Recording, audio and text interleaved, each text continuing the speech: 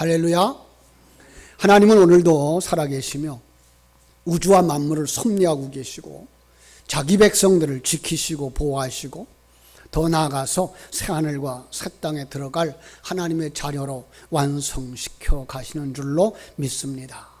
이 사실을 아는 우리들, 마음을 열고 환경이 어렵고 무거운 짐이 있더라 할지라도 눈을 들어서 하나님을 바라보며 한번 힘차게 할렐루야 외쳐보시겠습니다. 시작.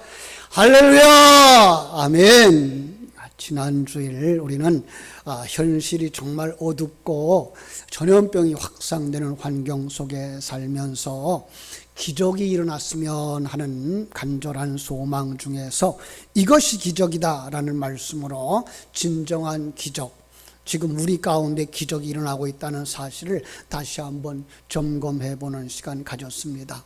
그리고 그 기적이 우리 가운데 일어나기를 간절히 소망할 때 하나님 말씀은 하나님의 어린 양을 바라보라, 그리고 그 어린 양을 따라가라, 그와 함께하라, 그 말씀을 듣고서 우리가 그렇게 되기를 간절히 결단을 했습니다. 우리도 정말로 그 주님을 따랐던 두 제자처럼 주님을 따르자, 주님과 함께하자. 그것은 바로 진리의 말씀을 내 중심에 받아들이는 것이고 그걸 되새김질함으로 말미암아 그 진리가 내 안에서 생명되도록 하는 것이다 그랬어요. 그러면 내 안에서 기적이 일어나는데, 자, 어떤 기적이냐? 오늘 말씀이 바로 그 뒷받침을 해주고 있는 거예요. 그 기적은 우리를 하나님의 형상대로 완성시켜서 새하늘과 새 땅에 들어가게 하시는 것이다. 하나님의 아들로 창조되는 것, 그죠? 중세시대에는요, 이 기독교의 복음이 이 곳곳에 그 유럽 지역에 장악하고 있었어요. 세상은 하나님의 말씀으로 충만했고요. 사람들은 하나님이 섭리하시는 세계, 하나님이 경륜하시는 가운데에 자신들이 살아가고 있음을 감사하고 하나님이 인도하시는 대로 하나님이 허락한 신분에 따라서 만족하면서 하나님의 사람으로 완성되기를 바라보고 하나님 앞에 순종하는 삶, 자신에게 주어진 삶에 충성하는 삶을 살았습니다. 그러나 그 기간이 길지 못했어요. 에덴 동산에 사단이 들어와서 아담과 하와를 유혹하듯이 사단은 그들 속에 불만을 심어주기 시작했죠. 이 불만을 가진 사람들이 여기저기서 생겨나기 시작하면서 그럼 나는 뭐야? 그럼 우리는 뭐야? 인권이라고 하는 걸 주장하기 시작했죠. 소위 문화혁명이라는 것이 일어났어요.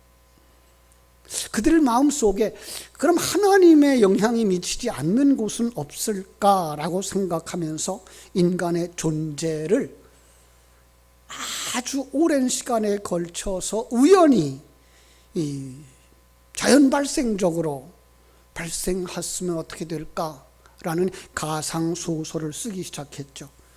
그걸 이렇게 집대성하고 소설화한 사람이 찰스 다윈인 것 우리 다 알고 있습니다. 많은 크리스찬들은 그가 주장했던 이론이 얼마나 가설적인가를 증명하려고 노력했습니다. 아주 간단한 예를 든다면 제 손에 시계가 하나 있습니다. 어떤 사람이 이 시계를 들고 나와서, 여러분 이것은요 제가 이번에 바닷가에서 발견한 건데요, 이건 수천 년의 역사를 통해서 이 유리가 이렇게 다듬어졌다고요. 수만 년의 시간이 걸려서 여기 시침들이 생겨나고 분침이 생겨나고 그리고 초침이 생겨났어요. 수십만 년의 시간이 들어가서 거쳐서 이 속에 톱니바퀴가 생겨났고요. 그리고 그게 제자리에 들어맞아서 이렇게 제 시간을 맞추고 정확하게 돌아가는 시계가 되어졌답니다. 여러분, 그러면 믿을 사람이 누가 있겠어요? 그죠? 아니, 이 단순한 시계도 사람이 그렇게 우연히 만들었다 그러면 그것을 믿을 사람이 없는데, 여러분 사람이라고 하는 생체가 얼마나 참 오묘합니까? 예. 이 오묘한 사람이 우연히 생겨났다 그러면 믿는다는 거예요. 이게 과학이라고 믿는다는 거예요. 왜 그럴까요? 어려서부터 그렇게 들어왔기 때문에. 한마디로 이 진화론에 세뇌되어지고 하나님 없는 세계, 하나님이 역사하지 않는 세계가 있다라고 생각을 하는 거예요. 심지어 성도들이라고 하는 우리까지도 어떤 마음들이 있었습니까? 예배당에 오면 하나님이 계신 것 같고 집으로 돌아가면 거기는 하나님 없는 것 같아. 직장에서는 없는 것 같아. 이게 불신앙의 세계가 우리 속에 들어와 있는 거죠. 여러분, 그렇지 않습니다. 언제나 어디서나 모든 곳에 하나님이 함께 하시는 것 믿는 여러분 되시기를 주님의 이름으로 축원합니다. 그런데 그럼에도 불구하고 이 진화론은 오늘 생물학의 기초를 이루고 있는 이 안타까운 현실입니다. 좀 더 과학적으로 이것이 얼마나 어리석은 것인가를 증명하는 사람들이 생겨났죠. 그것을 이제 문서화된 걸 제가 잠깐 인용을 할게요. 다윗의 진화론은 1859년에 영국에서 출판되었는데 멘델의 유전의 법칙은 그보다 6년이 지난 1865년 체코에서 발표되어졌다. 그러나 유전의 법칙은 약 50년간 세상에 알려지지 않았었고 무시되어졌다. 그 50년간 진화론은 유럽과 세계로 확산되어졌고 그것이 정설인 양 믿어지기 시작했다. 학자들에 의하면 만약 유전의 법칙이 이 진화론과 같은 시기에 세상에 알려지기만 했더라도 진화론으로 인한 수많은 억측과 과장은 없었을 것이며 진화론은 그때 아마 폐기되고 말았을 것이다 라고 말합니다. 왜냐 그러면요, 그 속에는 유전인자가 나오는데 유전인자는 각각이 다르고 유전인자는 바뀌지 않는다는 거예요. 물고기는 물고기의 유전인자를 가졌고 원숭이는 원숭이의 유전인자를 가졌고 원숭이와 사람의 유전인자가 전혀 다르다는 것이죠. 여러분, 그러고 나면 불신의 세상에는 뭐라고 말하는지 아십니까? 나는 뭐야? 다시 그러는 거예요.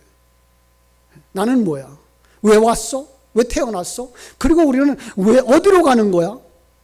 이 세상이 끝인가? 아니면 다른 세계가 있는 건가? 이 세상 사람들은 그 누구도 대답을 주지 못합니다. 그러나 거듭난 사람들은 확실하게 알죠. 하나님이 창조하셨다. 더 정확하게 말하면 하나님이 지금도 창조하고 계신다라는 거예요. 이 창조의 사역을 위해서 하나님은 엄청난 계획을 세우셨죠. 전지전능하신 하나님의 큰 계획. 그 계획을 통해서 하나님의 형상대로 천국 백성들을 만들고 계시다는 것을 성도들은 알게 되어졌습니다. 그래서 우리는 기대하죠. 지금은 그래도 미완성이에요. 예. 실수도 할 수 있고요. 예. 범죄할 수도 있죠. 그러나 하나님은 완전히 만드셔서 우리는 조금도 실수하지 아니하고 범죄하지 아니할 온전히 하나님을 기쁘시게 하는 사람들로 완성될 날을 바라보기 때문에 기대가 되는 거예요. 그래서 오늘도 말씀의 제목을 하나님의 형상대로 창조된 자라는 말을 썼어요. 하나님의 형상대로 창조되고 있는 나라는 그런 의미인 거죠. 우리는 지금 요한복음 1장을 가지고 창세기 1장을 풀어가고 있어요. 그 속에 나는 어느 자리에 있는가를 묵상함으로써 요한복음 1장이나 창세기 1장이 다른 사람의 이야기, 아니 먼 옛날의 이야기가 아니라 지금 나를 향한 하나님의 계획이며 나를 창조하시는 하나님의 일하심이며, 그래서 소망 가운데 눈을 들어 하나님을 바라보게 하는 지침서인 것을 깨닫고 우리는 그것을 믿고 사랑하는 마음으로 성경을 읽고 묵상하도록 하게 하신다는 것을 알게 되어졌습니다. 그렇습니다. 하나님이 성경을 통해서 우리에게 보여주는 귀한 진리, 첫 번째 대지입니다. 하나님의 아들을 만드시는 하나님. 예. 성경을 통해서 우리에게 보여주시는 하나님의 그 큰 계획은 천국에서 살아갈 하나님의 백성들을 만들고 계시다는 거예요. 창세기 1장에서는 그 이야기를 하나님이 만들어 놓는 이 우주 만물을 밑그림으로 그려주고 있어요. 여러분 기억하십니까? 첫째 날, 둘째 날, 셋째 날이 넷째 날, 다섯째 날, 여섯째 날에 만들어지는 것들의 밑그림이라고 하는 사실이죠. 첫째 날 하나님이 태초에 천지를 창조하시죠. 하늘과 땅을 창조하셔요. 그런데 땅은 뭐예요? 그 물로 가득 채워졌어요. 그래서 하나님의 영은 수면 위에 운행하시더라라고 되어져 있죠. 그러면서 거기에 붙여준 말씀 뭐라 그랬어요? 저녁이 되며 아침이 되니 어둠에서 빛으로 가니 이것이 첫째 날이다. 이것이 창조의 역사다라고 설명을 했습니다. 그 이야기 속에서 어둠의 세계와 빛의 세계가 있다는 것을 이렇게 가르쳐 주셨고요. 둘째 날에는요, 이 땅을 덮고 있었던 물들이 아랫물과 윗물로 나누어지죠. 궁창이 생기고 아랫물과 윗물로 나누어져요. 셋째 날에는요, 이 아랫물들이 한 자리로 뭉쳐서 바다를 이루고 마른 땅이 드러나는 그런 그림이었어요. 그리고 그 마른 땅에는 풀이 나고, 그리고 씨 맺는 채소들과 열매 맺는 나무들, 열매를 맺는 나무들이 생겨나는 것이죠. 이게 밑그림이라고요. 자, 그리고 이제 넷째 날은 그 첫째 날의 밑그림에 필요한 것들, 우리가 볼 수 있는 것들을 다 만들어 주셨는데, 어두운 밤을 빛내는 달과 별들 만드셨고요. 그리고 밝은 낯을 주관하는 태양을 만드셨죠. 다섯째 날은 둘째 날의 밑그림인 바다에 물고기들을 만드시고요. 그리고 공중에 새들을 만드셔요. 그리고 이제 여섯째 날에는 셋째 날 밑그림에다가 이제 풀을 먹고 사는 동물과 씨를 먹고 사는 사람을 만드신 거예요. 이렇게 만들어서 이것이 바로 창조의 하나님 백성을 만드시는 그림이다라고 이야기를 했습니다. 자, 이처럼 우리가 알고 있는 천지 만물의 모든 것은 하나님이 창조하셨는데, 그렇게 바탕 그림과 그 바탕에 어울리는 것들을 만드심으로 말미암아 오늘 우리가 보고 있는 우주 만물이 탄생하게 된 것입니다. 이걸 알게 됩니다. 여기서 하나님 보여주신 건 뭐예요? 첫째로 하나님이 창조하셨다. 우리 한번 같이 외쳐볼까요? 천지 만물은 하나님이 창조하셨다. 믿으시면 아멘 하십시다. 아멘. 그렇습니다. 천지 만물은 우연히 발생한 것 아니고요. 하나님이 뜻과 섭리를 가지고 그걸 계시의 그릇으로 삼아서 우리에게 진정한 우리의 재창조의 모습을 보여주시려고 하나님이 만드셨다라고 하는 것입니다.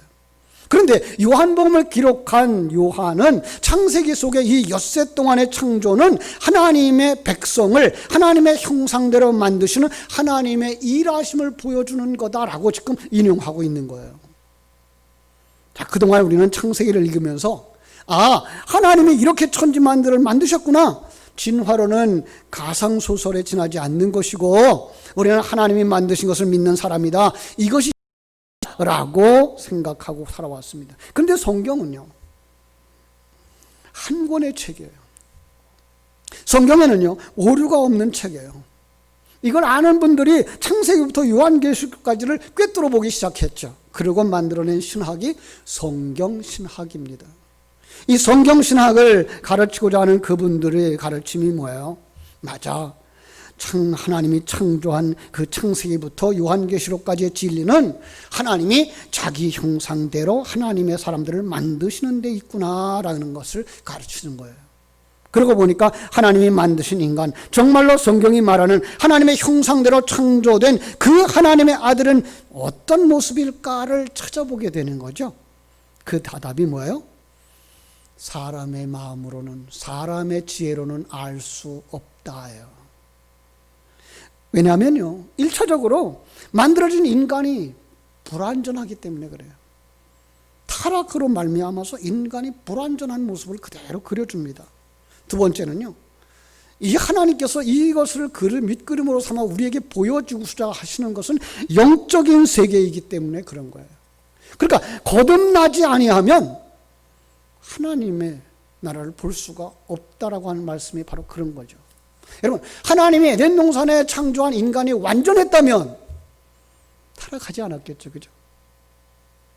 아니, 하나님이 그 완전한 존재로 인간을 한순간에 다 만들어 놨다면 시간과 공간 세계 거치지 아니하고 바로 천국에 들어갔겠죠. 그런데 하나님은 이 땅을 통해서 우리가 만들어져 가고 있는 과정을 다 볼 수 있도록 하신 거예요.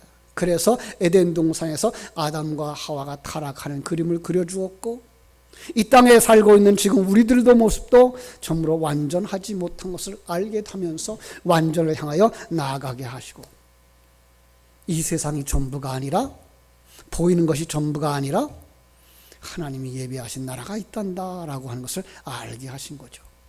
여러분, 하나님의 계획을 알지 못하는 사람들, 영적인 세계를 보지 못하는 사람들, 이걸 뭐라 그래요? 미완성의 존재다. 이 사람들은요, 하나님이 함께하는 것을 누리지 못해요. 그래서 아까도 얘기한 것처럼 거듭나지 못한 성도들의 삶이란 삶의 현장에서 하나님이 나와 함께 하시는 걸 누리지 못하는 거죠. 그러나 거듭난 하나님의 백성들은요, 하나님 앞에서 살고 있는 자신을 보는 거예요. 여러분, 그 하나님 어디 계셔요? 나와 함께 하셔요. 더 정확하게 말하면 내 심령 속에 진리의 말씀으로 와 계시죠. 그걸 항상 되새김질하는 사람은 정말 하나님의 눈을 피해서 어떤 범죄를 하려고 하는 생각을 할 수가 없게 되는 거죠. 그 사실을 어떻게 알 수 있습니까? 하나님은 그걸 먼저 본 사람들이, 먼저 이 깊은 진리를 깨달아 안 사람들이 증언할 수 있고 설교할 수 있게 하셔서, 그리고 그 설교 속에, 그 증언 속에 성령의 감동을 주심으로 말미암아서만 가능하게 해주신 거예요. 그걸 오늘 본문이 설명하고 있습니다. 우리는 지난주에도 먼저 본 사람 누구죠? 세례 요한이죠. 그렇죠? 자기의 두 제자를 예수님께로 보내는 모습을 보았어요. 이 두 제자가 예수님을 따라가죠. 예수님이 그들에게 말씀하시기를 와서 보라라고 하셨어요. 오라는 거예요. 나를 따라오라는 거예요. 그리고 보라는 거예요. 여기서 우리는 하나님이 자기 백성들을 부르시는 음성을 듣게 됩니다. 여러분, 하나님께서 자기 백성을 어떻게 부르시죠? 나를 따라오너라 라고 부르셔요. 마태복음 9장 9절에 가면 세리 마태가 세관에 앉아 있을 때에 자기 일에 바쁜 그 마태를 향해서 나를 따르라 라고 부르셔요. 마태복음 4장 19절에 보면은 베드로와 안드레가 고기 잡이하고 있는데 나를 따라오너라 라고 부르시죠. 그래서 한번 나를 따라오너라 라고 하는 단어가 이 사복음서에 몇 번이나 펼쳐져 있나를 살펴봤더니 22구절에 25번이나 나를 따라오너라고 말씀하고 있더라고요. 그러면서 요한복음 10장 3절로 5절에서는 이렇게 말씀하시는 거예요. 양은 그의 음성을 듣나니 그가 자기 양의 이름을 각각 불러 인도하여 내느니라. 자기 양을 내놓은 후에 앞서가면 양들이 그의 음성을 아는 고로 따라오되 타인의 음성을 알지 못하는 고로 타인을 따르지 아니하고 도리어 도망하느니라. 하나님의 음성을 듣는 자, 그리고 그 음성을 듣고 주님을 따라가는 자가 하나님의 양이고 하나님의 백성이라는 거예요. 그 숫자가 얼마나 될까요? 성경은 그걸 12이라는 숫자에다 담아주셨어요. 이거 상징적인 숫자입니다. 그래서 신약에는 12제자가 나오고요, 구약에는 12지파가 나오죠. 제가 늘 얘기합니다만 실제로 제자들의 숫자는 이방인의 제자까지, 사도들은 이방인의 사도인 이 바울까지 포함하면 13이죠. 그죠? 또 구약에도 12지파가 아니라 요셉 대신에 두 아들 들어가면 13지파가 되죠. 그런데 불구하고 항상 12이라고 말하는 것은 이 12은 하나님의 아들들의 숫자이기 때문에 그래요. 요한계시록에 가보면 더 정확하게 나오죠. 그래서 12이라고 하는 아들만뿐만 아니라 그 12이 곱하여지면 144가 나와요. 그죠? 그리고 거기에 12이라고 하는 숫자에다가 완전수 1천을 곱하면 1만 2천이 나오죠. 그 144에다가 1천을 곱하면 14만 4천이 나오고요. 그러니까 성경에 나오는 이런 숫자는 모두 다 아들의 숫자인 거예요. 천국은 아들로 이루어진다라고 하는 것을 보여주는 바로 그런 그림인 것을 우리는 알 수가 있습니다. 물론 오늘 본문에서 12명이 다 기록되지는 않아요. 대표적인 사람만 기록되고 있어요. 물론 그들도 미완성의 모습으로 그려지죠. 자, 먼저 그들이 어떻게 예수님 앞에 나오는지를 보시기를 바랍니다. 43절에 보니까 빌립을 만난 예수님께서 말씀하십니다. 나를 따르라. 우리 주님의 음성은 능력과 권위가 있고요. 또 그 음성은 자기 양이 듣게 되어져 있죠. 그래서 자기 양은 그를 따르게 됩니다. 빌립이 일어났습니다. 그리고 이 빌립이 45절에 보면 나다나엘을 찾아갑니다. 그는 성경을 이야기하면서 나다나엘을 설득하려고 합니다. 모세가 율법에 기록하였고 여러 선지자가 기록한 그의 메시아를 만났다. 바로 그 사람은 나사렛 예수다. 그랬더니 나다나엘이 한술 더 뜹니다. 나사렛에서 무슨 선한 것이 날 수 있느냐. 예. 그는 알아요. 메시아는 베들레헴에서 태어난다는 것을 알아요. 그죠? 그런데 그 설득해서 안 돼요. 설명이 안 돼요. 그러자 어떻게 해요? 빌립이 포기하지 않고 나는 다 설명할 수 없지만 그러니 와서 보라 그래요. 그런데 나다나엘이 예수님 있는 곳까지 따라옵니다. 예수님이 말씀하십니다. 얘들아 봐라, 이는 참으로 이스라엘 사람이라 그 속에 간사한 것이 없도다. 나다나엘이 놀라죠. 나를 아십니까? 그랬더니 뭐라고 말씀하셔요? 빌립이 너를 부르기 전에 네가 무화과 나무 아래에 있을 때에 보았노라. 나다나엘이 거기서 깜짝 놀랍니다. 그러면서 뭐라 그래요? 랍비여, 당신은 하나님의 아들이요 당신은 이스라엘의 왕이십니다. 아직 그는 예수님을 잘 알지 못했다는 거예요. 왜? 랍비라는 단어를 쓰고 있어요. 그런 메시아로 보지 못했어요. 지난주에도 말씀했죠. 두 제자가 처음 주님을 만났을 때에 그들은 뭐라 그래요? 랍비여 어디 계시니까? 예. 그런데 그들이 주님과 함께 하는 동안 그들은 변했어요. 메시아를 만났다라고. 여러분, 이 미완성의 사람이 어떻게 완성으로 나아갈 수 있습니까? 답부터 드린다면 예수 그리스도로 말미암아 완성됩니다. 성경은 하나님께서 자기 백성들을 부르셨을 때에 그들은 미완성의 존재로 등장하는 것을 보이도록 설정해 놓았어요. 1차적으로 부르시는 음성을 듣고 떠나는 그림을 우리는 보게 됩니다. 미완성이지만 그럼에도 불구하고 하나님이 함께 하시는 길, 그리고 하나님과 손잡고 나아가는 그 길들을 성경 속 수없이 많이 보여줬어요. 믿음의 조상 아브라함이 바로 그러했죠. 창세기 12장 1절로 5절에 가보면 하나님이 아브라함을 부르시는데, 아브라함아 너는 너의 고향과 친척 아비집을 떠나 내가 내게 보여줄 땅으로 가라. 내가 너로 큰 민족을 이루고 내게 복을 주어 내 이름을 창대하게 하리니 너는 복이 될지라. 그랬더니 5절에 아브라함이 그의 아내 사레와 조카 롯과 하란에서 모은 모든 소유와 얻은 사람들을 이끌고 가나안 땅으로 가려고 어떻게 한다? 떠났다. 예. 아브라함이 본토 친척 아비집을 떠난 거예요. 제자들에게도 그랬습니다. 마태복음 4장에 보면은요, 예수님이 베드로와 안드레를 부르셔요.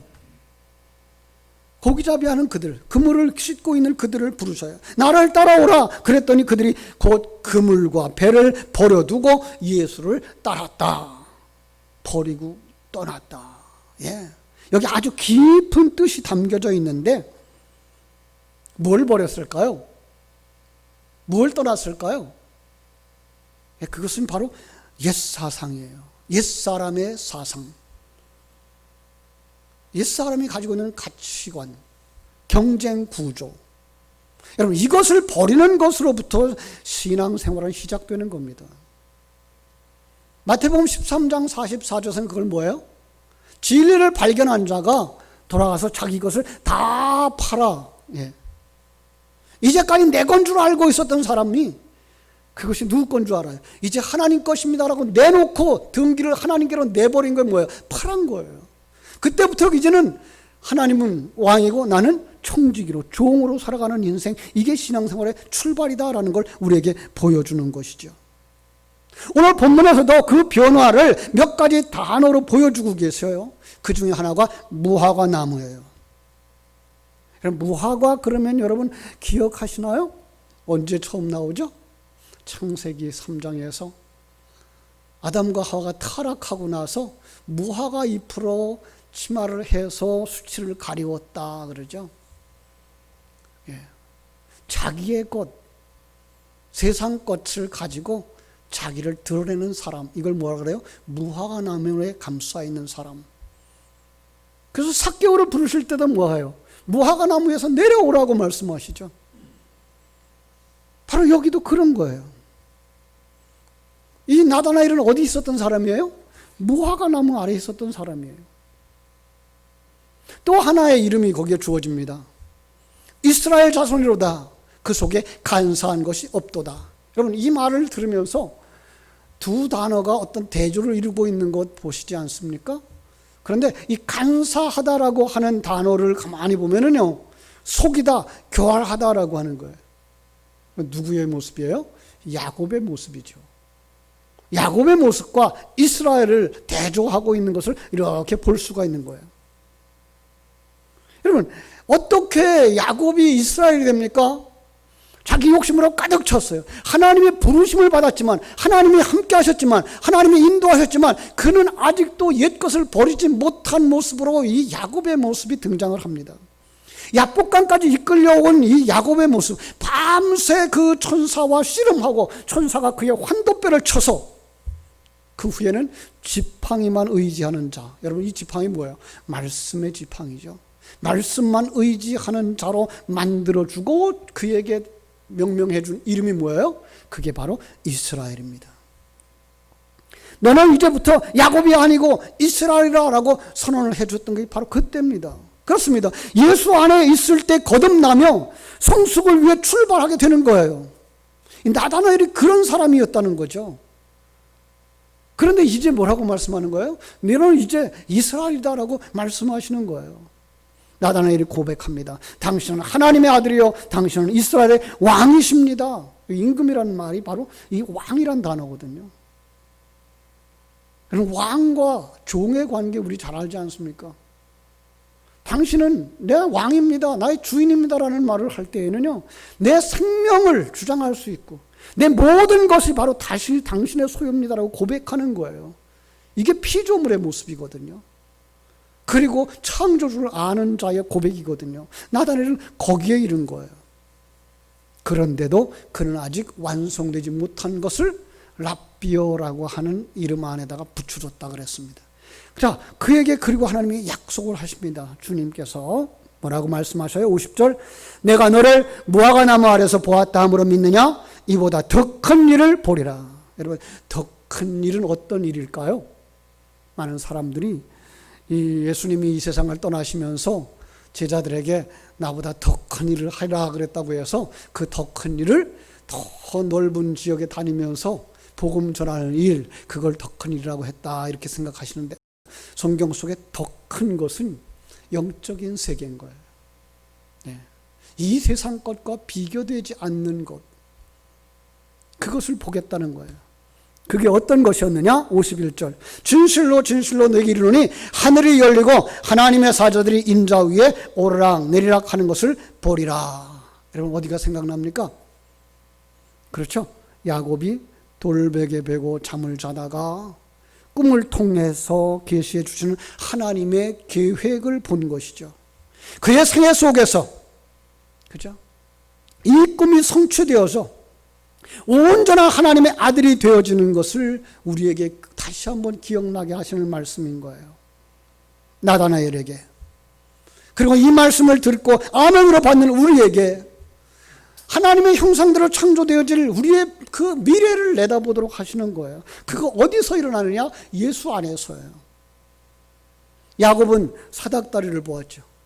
그런데 지금 여기서는 뭐예요? 인자 위에요. 인자예요. 그죠? 인자 위에 오르락내리락 하리다. 예수 그리스도를 통해서만 큰 일을 볼 수 있는 거예요. 그러니까 예수 안에서만 우리는 더 큰 일을 보게 되어지고, 예수 그리스도 안에 있을 때 우리가 하늘이 열리는 것을 보게 되어지고, 예수 그리스도 안에서만 우리가 하나님의 형상대로 완성되어지는 것을 보게 되는 거예요. 그러면 우리는 그 과정을 통해서 정말로 하나님의 형상대로 창조되어져 하늘나라에 들어가게 되는 줄로 믿습니다. 그날을 바라보며 주어진 삶의 현장에서 임마누엘을 누리는 복된 성도들 되시기를 주님의 이름으로 축원합니다. 눈을 들어서 하나를 바라보고 주님과 손잡고 완성을 향하여 달려가는 여러분 모두 뒤돌아보지 말고요, 뒷걸음질 하지 마시고 앞으로 나가는 강하고 담대한 하나님의 자녀들 되시기를 주님의 이름으로 축원합니다. 기도하겠습니다. 아버지 우리 하나님, 크신 은혜와 사랑을 감사하고 감사합니다.